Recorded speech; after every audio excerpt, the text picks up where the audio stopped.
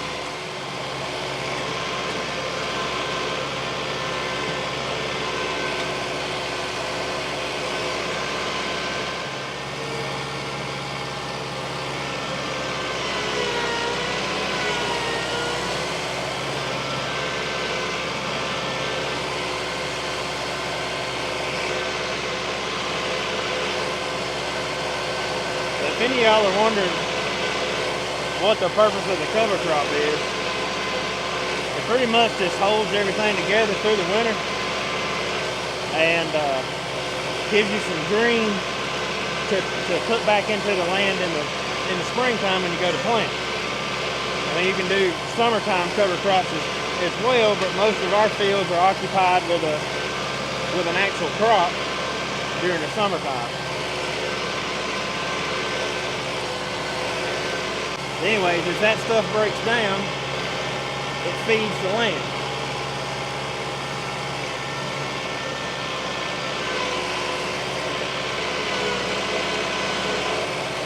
An older guy once told me, you don't never want your land to be naked. Make sure something's always growing in it.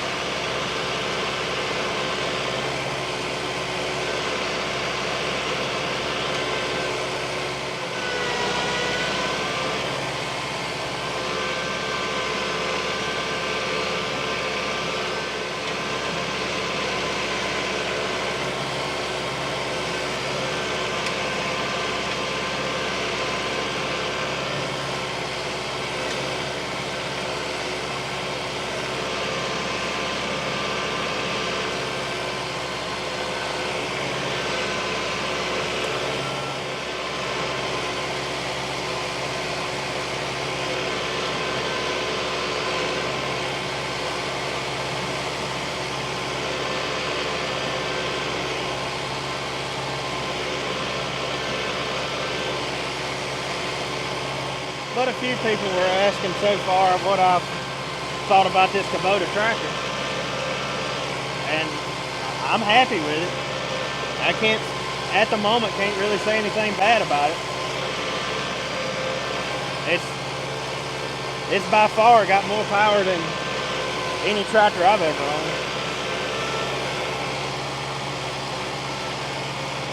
And I love the way it handles. I love the way the loader works so smooth. I mean, it's just, like I said, so far I've got no complaints. I've got exactly 50 hours on it right now. And it's supposed to be going in for its first service, actually next week. Which actually, I would normally do my service, but it came free because of purchasing the tractor there. So when they have it, I'm going to get them to add another set of wheel weights to the back here just to give me a little bit more weight. But I ain't really noticed the problem of not having enough weight. It's just the fact that I don't think you can have too much weight on a tractor. So I thought, while they've got it, they can just add it to it.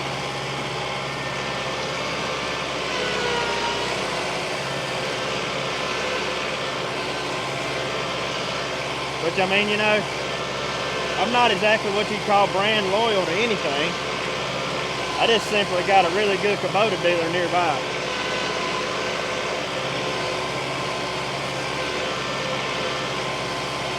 I mean, I really like my John Deere tractors too.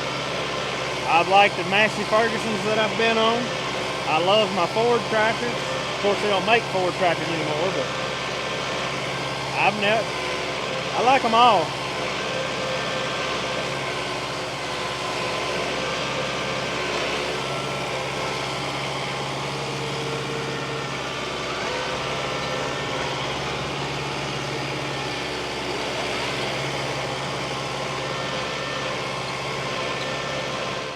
All right, I've got it done. Now I'm going to go back to the house and hook up to my disc and start disking over this field and the other field. And I want to mention something real quick. I think it really helps you to know your land and know your land type. So a lot of people you'll see taking and they turn this cover crop over and bury it in the soil in the springtime and then go back over it with a disc and smooth it out. I don't want to tell you why I don't do that, because that is an excellent way to terminate a cover crop. The reason I don't do that is because working up here in this red clay, if you're going to turn it, you better turn it in the fall so it can have time to freeze out over the winter, and that way it'll be a lot more workable in the springtime. If y'all remember, I turned this field right. I don't always turn my fields, but I did turn this one last fall. And I can already tell you, just from working that little bit right there, this field worked better than probably it's ever worked in the past. But if you take and turn red clay in the springtime, and you don't have all your conditions just ain't perfect, like I'm talking about the moisture condition and all that, if it's not perfect, you're going to end up with a big old cloddy mess. And that's why I don't turn these in the springtime. It just doesn't work good in red clay. In other soil types, like if you were in some bottomland and there's a lot more loamy type soil, or somewhere where it's sandy type soil, that is an excellent way to get rid of a cover crop and turn it under to where it'll be feeding the soil. But that just doesn't work in red clay. So, at least not in our red clay anyways. I know there's several parts of the country that have red clay, but our red clay here in our part of North Carolina it's a different animal, y'all.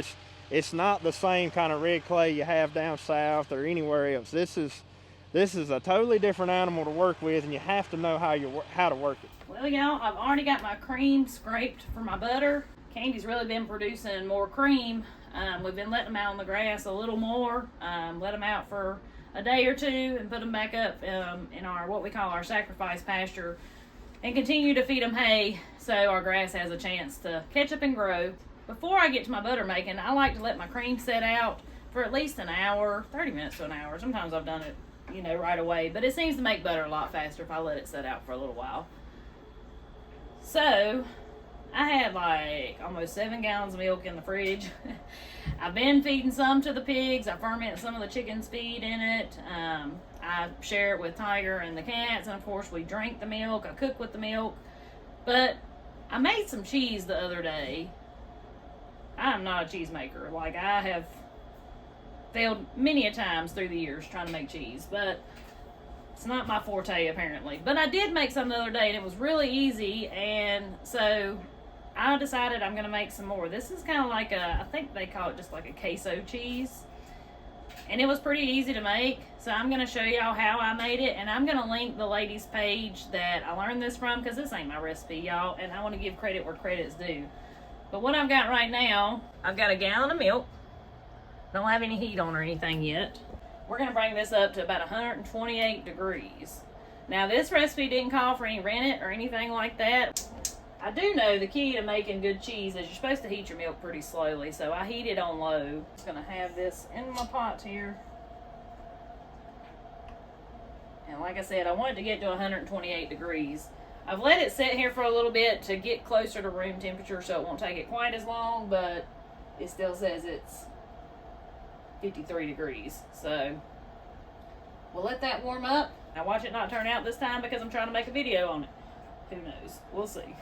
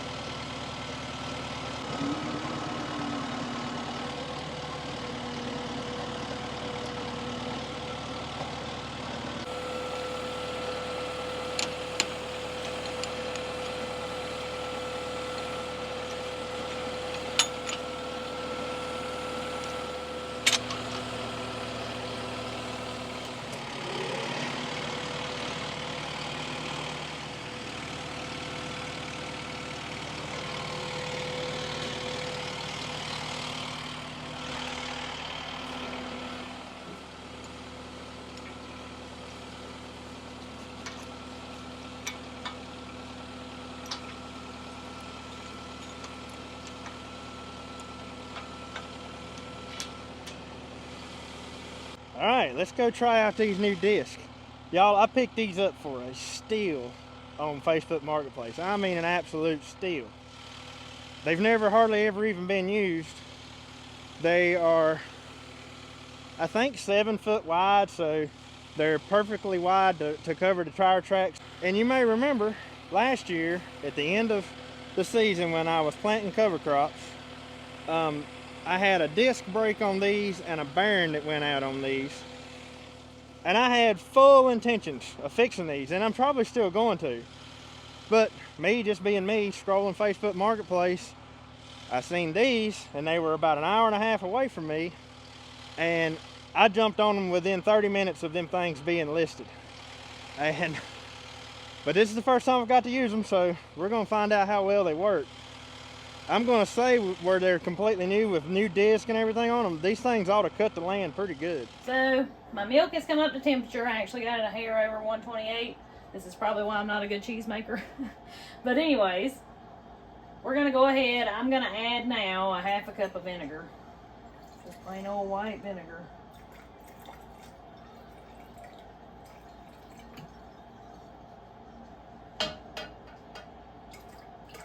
We're going to want to slowly pour that around into all the milk.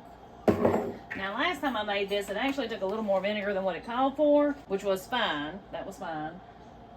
You just add it a tablespoon at a time until your curds and whey completely separate. So I'm going to show you what this looks like. So you can see we're starting to get some separation. But what you want to see, you don't want your whey to be white. It should be a yellowish clear. And see, this is what I run into last time. It separated some. Like I said, I'm no cheese maker, so I'm just strictly going off the directions. But it's separating some. You can see that floating around in there. So I'm going to do just a little more vinegar. Work that around in there.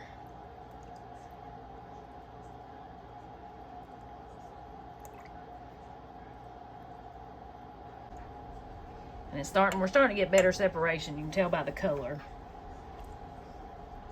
We want that whey to be that yellow color. That's when we know most of our curds have separated. That's looking really good.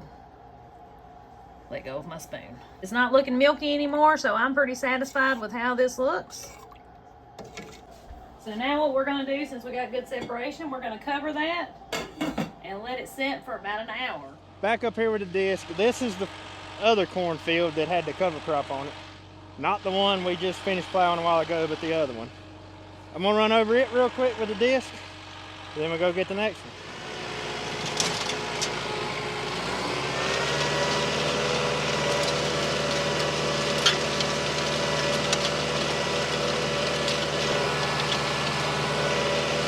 Man, that's working good.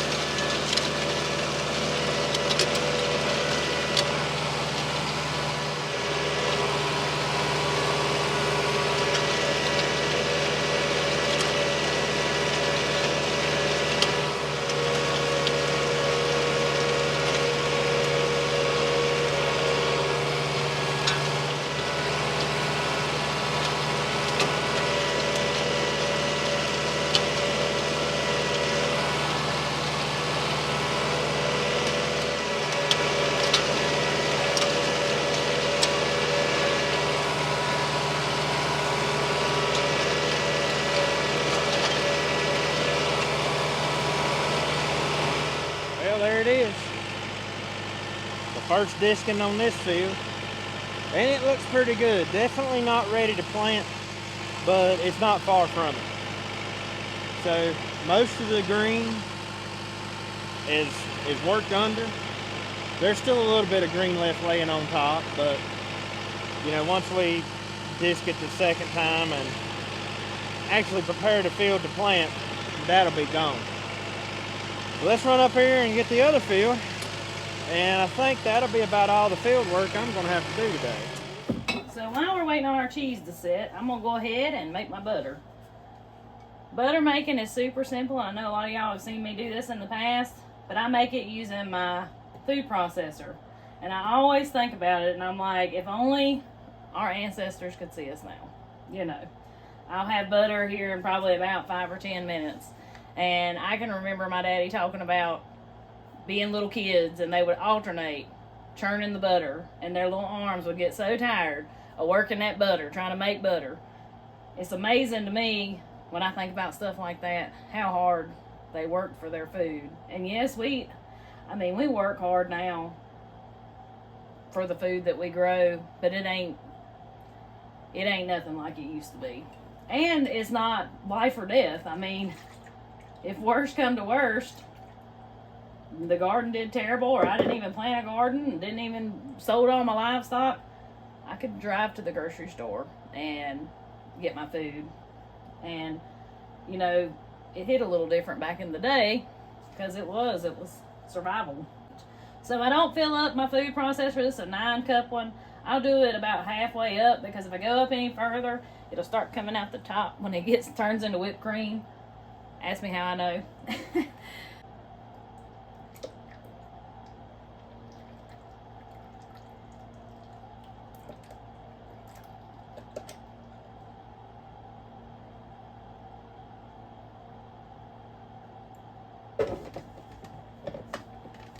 So I do this on the puree function, and this thing's got like a timer on it, so it'll only run for so long, but it usually takes me 2 or 3 rounds.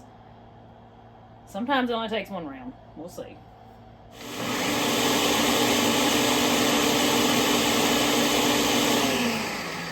We're at the whipped cream mark, and I'm going to show you what that looks like. There is whipped cream. So we're going to keep on and keeping on. So I've got me a bowl of ice water here. And that just hardens up that butter some, so I can wash it in my sink. Now some people I've seen make it go straight to the sink, but mine, it just gets all melty, and, well, I don't think my tap water's cold enough.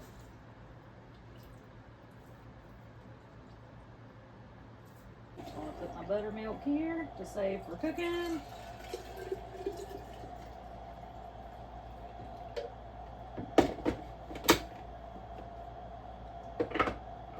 Alright, we'll go ahead and start another round while we're letting that cool.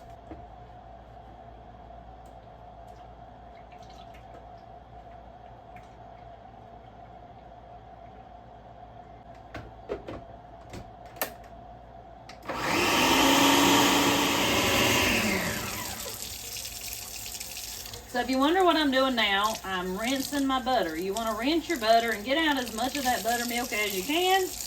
That'll help your butter keep a little longer. It's kind of hard to get it all out, but I just kind of knead and squeeze.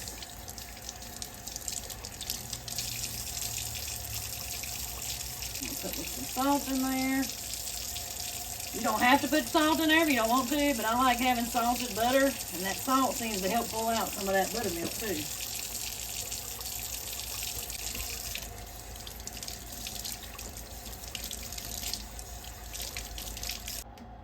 Squeeze.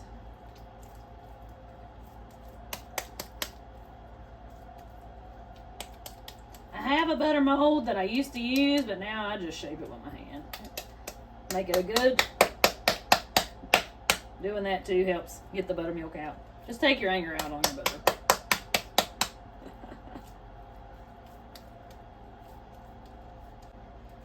I just like to make it like a flattish rectangle. It fits in my freezer better. I got me a decent amount of butter here. These are some pretty big cakes, and I have my one little ball of butter. That was from the last little bit of cream. So what I'll do now is just stick it in the fridge overnight. Tomorrow I'll wrap it in wax paper, put it in a freezer bag in the freezer, what I'm not going to keep out for us to use right now. Alright, I got to get everything cleaned up. Everybody's favorite part of doing all this stuff. But I got to get all this cleaned up, and we will get to our cheese. Alright, I'm going to start on the other field here.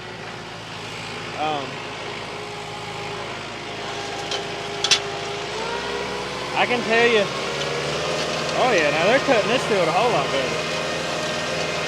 What I was going to say though is, for as wide as these discs are, I don't think they're built quite heavy enough. Meaning if I hadn't worked the ground up before discing, they really wouldn't have done much good. They'd have just scooted across the top of the ground. But they're doing a much better job on this field. I had an extremely good question. It was actually last year while working this field. And they wanted to know why I always ran side to side. I never went the other way across the field. And you may not be able to tell it in the camera view, so I realize that. But this field is on a slope. And most of the fields that I work are on a slope. And I always run with the slope, and that prevents any type of, well, it don't completely prevent it, but it really helps prevent erosion when you get a real heavy rainstorm or something.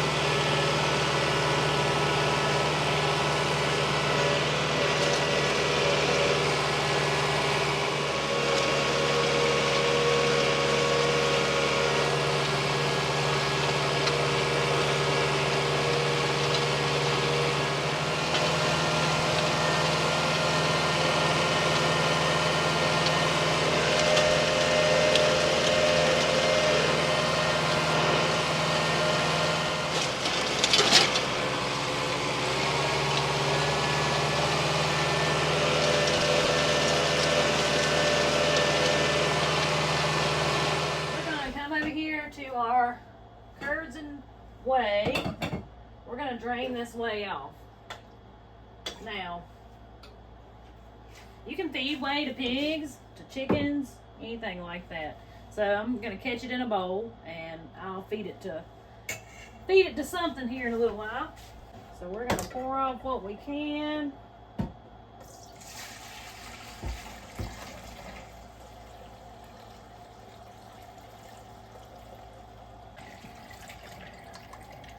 So by this time, our cheese or our curds are cool enough that we can grab. So I'm going to squeeze out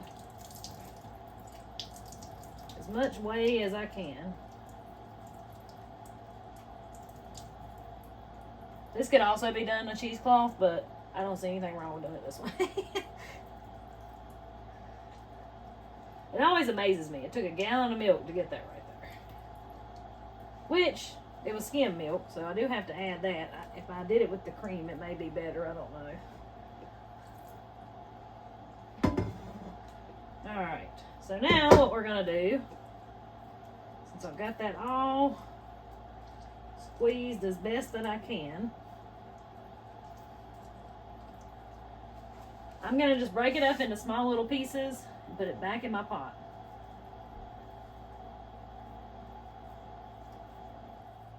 So now I'm going to add a good sized teaspoon of baking soda and a half a teaspoon of salt. Going to give that a stir.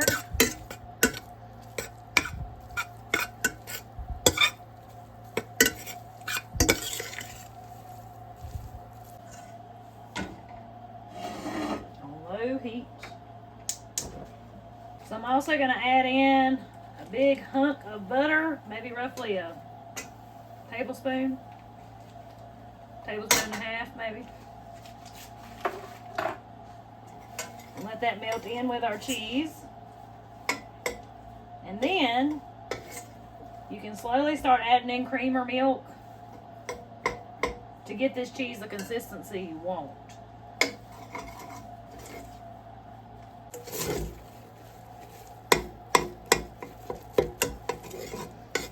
So I'm going to go ahead and add a little milk to it.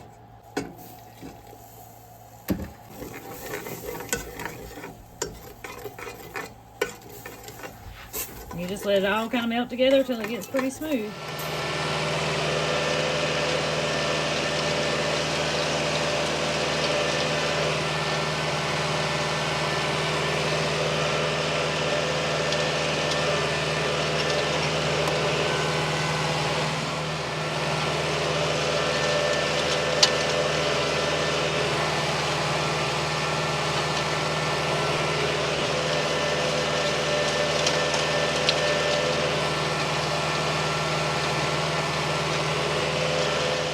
It cut up pretty good. You know, there's a lot more green left laying in this field than it was the other field. However, that's to be expected because this cover crop did better than the other crop did. But still, this this worked up really, really good. I think with just a little bit more work, I could have this ready to plant today if I wanted to. But that's not what I'm after. I'm not ready to plant yet. I just want to go ahead and get this process started so I don't end up getting caught last minute wishing I'd already done this. So I think it'll probably still be, I don't know, a couple weeks before we plant corn, maybe. We've got rain coming in the next couple of days, and then we've got a cool spell after that. And I think after we get the next dry spell, after all of this goes on, is when we'll start planting corn. So anyways, there it is. All right, there we go. We're pretty smooth.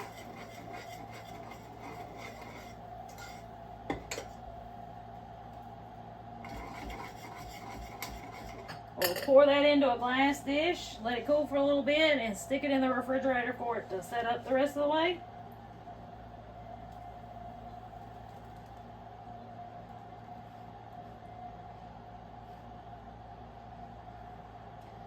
And what this will do is it'll turn into a decent, softish, hardish cheese. And what I did before was I just cut us a piece off and I would melt it down. We would dip chips or something like that in it. We also put it on some tacos one night. That was really good. And per the lady's website, it says that it freezes well. So I think I'm going to freeze this in like small pieces for me just to get out of the freezer and enjoy. So there it is. But I think I just seen Andy pull in. Let's walk out here. We'll see what he's into. What you doing, sissy? Can I sit with you? No. I'm gonna sit here anyway. Don't look like I got a choice. Nope. Oh, look. Did you get it done? Oh, that looks good. Those are the shapes we've been practicing, ain't they? Yeah, I got it all cut over one time.